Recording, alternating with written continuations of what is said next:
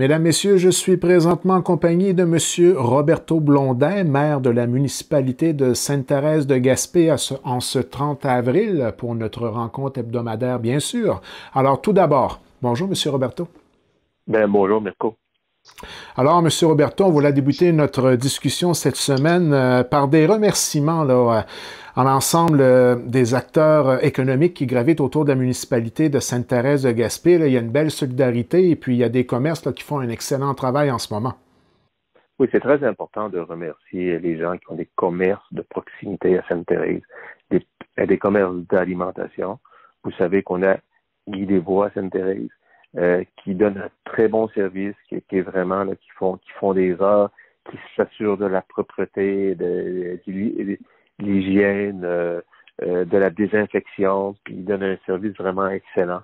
Je tiens à les remercier parce que on s'aperçoit, on voit dans certains endroits où le marché de l'alimentation a été obligé de fermer à cause qu'il y avait des causes. Puis là, c'est là que le monde sont aperçus. Et c'est important d'avoir des commerces dans notre endroit. On ne peut plus aller chercher des choses. Il faut qu'on va à l'autre ville voisine, faire des kilomètres et des kilomètres. C'est très important. Puis je tiens à remercier toute l'équipe de marché Guy Desbois. Puis j'aimerais aussi remercier Bruno, puis avec chez Mario. On parle au niveau de la mécanique, on parle au niveau de l'essence, au niveau de l'alimentation aussi. C'est très important d'avoir un dépanneur garage qui est dans notre milieu. Vous savez que le dimanche, les centres, les grands marchés ne sont pas ouverts. Bruno est là pour nous autres. Il est là quand on a besoin de lui. Aller l'encourager. Il y a de l'essence, il y a de la nourriture. Son garage est rouvert, ça va très bien. Mais aller lui dire un petit bonjour puis l'encourager, tout en gardant mon distance, c'est très important. On a aussi notre belle poissonnerie où on sait que le crabe, notre crabe à nous autres du secteur 12 est rentré. Il est plus gros, il est bien meilleur. Il donne un bon service d'alimentation avec des produits frais. Puis quand c'est décongelé, c'est bien fait.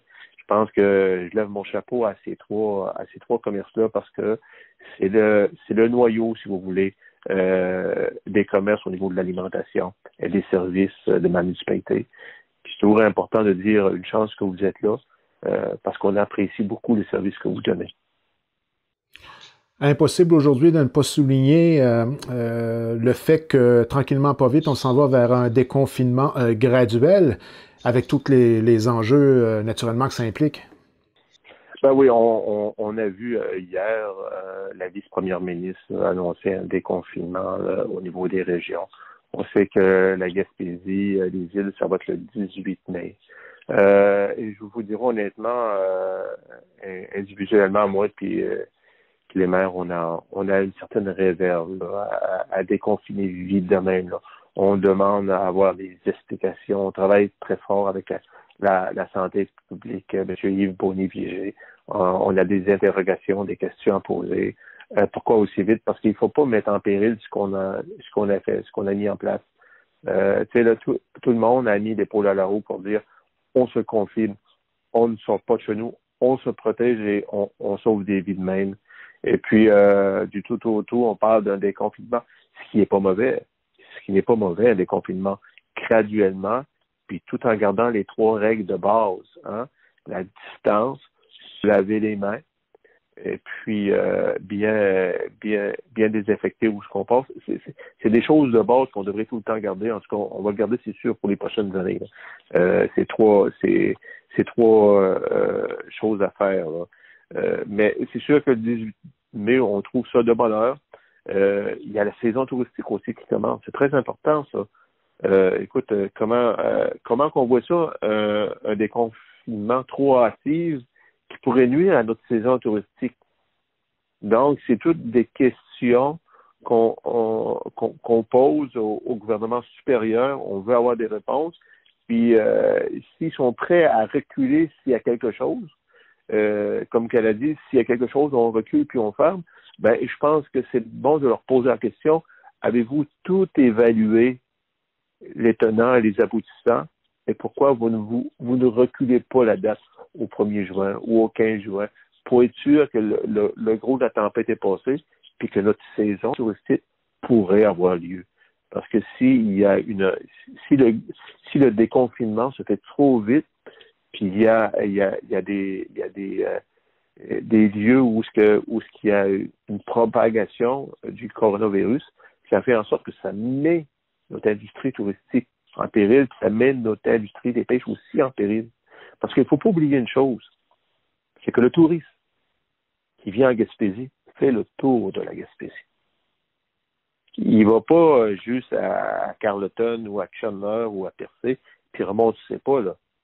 Il part du côté sud et il va du côté nord, ou qui part du côté nord puis il revient par le côté sud. Donc, c'est très important, on est une péninsule, c'est ça qu'on fait valoir, nous autres, au palier de gouvernement, au provincial, de bien évaluer les risques. Puis, monsieur le directeur général de la santé publique, on lui a fait part de nos préoccupations, puis on va travailler fort là-dessus pour voir si c'est possible de faire. Mais c'est sûr qu'à un moment donné, il va falloir qu'il y ait un déconfinement graduel. On ne peut pas rester tout le temps de même dans nos maisons. On ne peut pas tout le temps ne pas aller travailler. Il faut que la vie reprenne. Puis c'est sûr qu'il va y avoir des risques d'un déconfinement. Puis quand on dit déconfinement, le virus reste là pareil. Donc, on se protège, on applique les 3 règles, mais on sait qu'il va y avoir des cas, les cas vont être plus nombreux, si vous voulez. Donc, c'est un choix que le gouvernement a fait. Nous autres, en tant que gouvernement de proximité, on a des sérieux doutes. On les fait valoir aux autorités. Puis, on travaille ensemble pour trouver une solution pour que le déconfinement se fait graduel, mais peut-être pas le 18 mai. Peut-être un peu plus tard. Donc, on peut résumer tout cela avec un seul mot, la vigilance. La vigilance, oui, en plein ça. En ce qui concerne nos 2 usines de transformation à Sainte-Thérèse de Gaspé, Gagnon et le Lièvre et le Moyen, ça va quand même assez bien, là. Oui, ça va bien. Écoute, mon bureau de la mairie, là, je vois l'ensemble du quai de Sainte-Thérèse de Gaspé, la vivacité des pêcheurs, les travailleurs. On voit que l'usine Gagnon ici, ça a commencé. On voit plus de trafic, plus d'affluence vers notre municipalité, du monde qui gagne leur vie à la sueur de leur front. C'est beau à voir. C'est beau à voir parce que, tu sais, dans tout ce grabuge-là, on a quand même un tissu ici en Gaspésie, à Sainte-Thérèse-de-Gaspé, qui fait en sorte que le monde sont capables de gagner leur vie.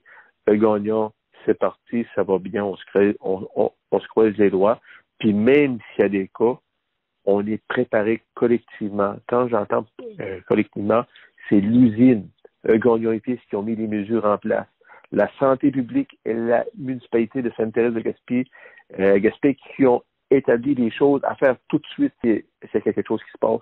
Donc là-dessus, on est bien préparé, puis on va se croiser les doigts pour que la saison de pêche va jusqu'à la fin. Quand on parle de le lièvre et le mognat, vous savez que le lièvre et le mognat transforment. On va commencer avec la pêche au mort. Les autres, j'ai été les visiter, c'est la même chose. Ils ont investi massivement dans l'équipement de sécurité. Ils ont fait des améliorations dans leur usine pour avoir une distanciation là, raisonnable. Ils ont changé les chiffres de travail pour pas que tout le monde rentre en même temps. Les pêcheurs d'eau mort ont commencé à mettre leur cage sur le quai. On sait que si tout continue comme ça, le 9 mai, les homardiens vont sortir, vont remporter leur prise. L'économie, un autre secteur de l'économie va se mettre en tournée en espérant que la saison se passe au complet pour pouvoir passer cette année-là, 2020. Moi, ça me faisait rire au début, là, les fonctionnaires tout le temps, l'année 2020, mais l'année 2020, j'ai hâte qu'elle passe. J'ai hâte qu'elle soit 2021 parce que on met les choses en place pour qu'on est capable de passer l'année 2020. Et puis en espérant que l'année d'après, ça va aller mieux. On a une belle grappe industrielle à Sainte-Thérèse-de-Gaspé. On travaille tout ensemble pour que l'ensemble des travailleurs soient capables de gagner leur vie cette année. Puis c'est sûr que à travers de cet hiver, autant moi que l'ensemble des maires de la MRC, notre merveilleuse préfète Nadia, vont faire des représentations auprès du gouvernement provincial et fédéral, parce qu'on est un gouvernement de proximité. On sait ce que nos gens ont besoin, on sait ce que nos industries ont besoin. Donc, on va faire des représentations pour donner encore un plus à l'économie. Comment faire pour mieux stimuler notre économie, avoir d'autres aider ce qu'il y a en place, puis voir s'il n'y a pas moyen d'avoir d'autres choses dans notre communauté. C'est très important. Maintenant, en ce qui concerne les fameux projets de réalisation de jardins, pour ceux qui vont le désirer, sur le territoire de la municipalité de Sainte-Thérèse de Gaspé, il va y avoir une belle collaboration avec Produire la santé ensemble pour naturellement l'aspect éducatif de la chose et la promotion de formations adéquates disponibles sur le web pour accompagner les gens. C'est bien ça? Oui, c'est très important parce que, vous savez, un projet qu'on a mis en place, c'est les jardins individuels de chaque citoyen. On est déjà rendu à 21 personnes, citoyens qui veulent avoir un jardin. On met des choses en place, mais on veut un peu bonifier ça. On avait parlé au début de l'information qu'on peut diffuser, qu'on peut transmettre en termes de qu'est-ce que vous devrez planter, comment ça va prendre de temps, comment se préparer. Ça va sortir la semaine prochaine. Mais il y a aussi l'aspect, qu'est-ce qu'on fait avec tous ces légumes-là? Qu'est-ce qu'on fait? Est-ce qu'on est capable de faire des conserves? Ben, de là vient l'idée que peut-être au courant de l'été, parce qu'il va y avoir une personne qui va passer, qui va aller voir les individus, donner certains conseils ou jaser tout simplement avec les autres. C'est très important. C'est pour ça qu'on est fiers de s'associer avec Produire la santé ensemble. Puis ça dit Produire la santé ensemble. Chaque personne produit quelque chose pour sa santé. Donc, on a une collaboration avec Isabelle Boisvert. On est prêt à monter quelque chose de bien, de beau, puis inclure, comme j'ai dit, peut-être au niveau des conserves. Il y a une spécialiste en Gaspésie qui fait des conserves. Est-ce que ça peut être des conférences web ou tout simplement un site où ce que le monde va pouvoir aller voir la façon de faire des conserves de tels produits? La personne qui se sent à l'aise avec ça, qui dit, oui, OK, j'essaie, je veux essayer l'expérience de faire du pot de fèves jaunes, ben, s'il n'a jamais fait ça, ben, il va avoir une spécialiste qui va pouvoir lui montrer comment, puis prendre les bonnes façons d'hygiène, de propreté, de stérilisation des pots, tout ça. C'est toutes des affaires qui viennent bonifier qu'est-ce qu'on fait au niveau de ce petit projet-là. Puis je tiens à remercier Produire la santé ensemble, puis Isabelle Boisvert qui a communiqué avec nous, qui sont prêts à embarquer. C'est l'ensemble de la population qui va en bénéficier. Puis écoutez, là, il y a Sainte-Thérèse, mais il peut y avoir Grande-Rivière, il peut y avoir Percé, il peut y avoir Chalmers. Tout le monde a un bout de terre là, dans l'intérieur d'une maison qui pense qui serait productrice, parce qu'il y a aussi le compost qu'on va mettre dedans pour améliorer. Vous pouvez mettre votre propre engrais, si vous voulez. Vous pouvez acheter de l'engrais en plus puis le bonifier. Mais tout ça part d'une idée. C'est un peu le mot magique, Produire la santé ensemble. C'est de prendre quelque chose de collectif qui est de l'information, puis la diffuser à nos concitoyens pour qu'ils soient capables de se faire un jardin. La ville va collaborer, les organismes vont collaborer. Puis je tiens à rajouter une petite chose. La semaine passée, j'ai été rencontré, tout le monde connaît Philippe Moreau à Grande-Rivière. Écoute, ce qu'il a mis en place pour aider au monde, c'est très bien. Au niveau des vêtements, on peut pas penser que dans certains endroits, on sait que il y a des personnes qui ont perdu leur emploi, qui ont de la difficulté. L'équipe a remonté plein de vêtements, des choses pratiquement neuves. Puis il y a aussi l'aide. Moi, je tiens à dire que Sainte-Thérèse est embarquée avec Grande-Rivière. Puis si le monde a besoin de paniers de nourriture, et appelez Philippe Moreau. Et puis on travaille ensemble. Puis tout à fait anonymement. Un panier d'épicerie va être déposé à votre porte. Ça, c'est à chaque semaine.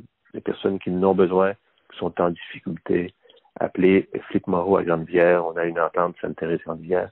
Puis ça va lui faire plaisir d'aller vous le porter. Puis comme je vous dis, c'est en tout anonymement. C'est confidentiel. Tout le monde passe des moments durs dans la vie.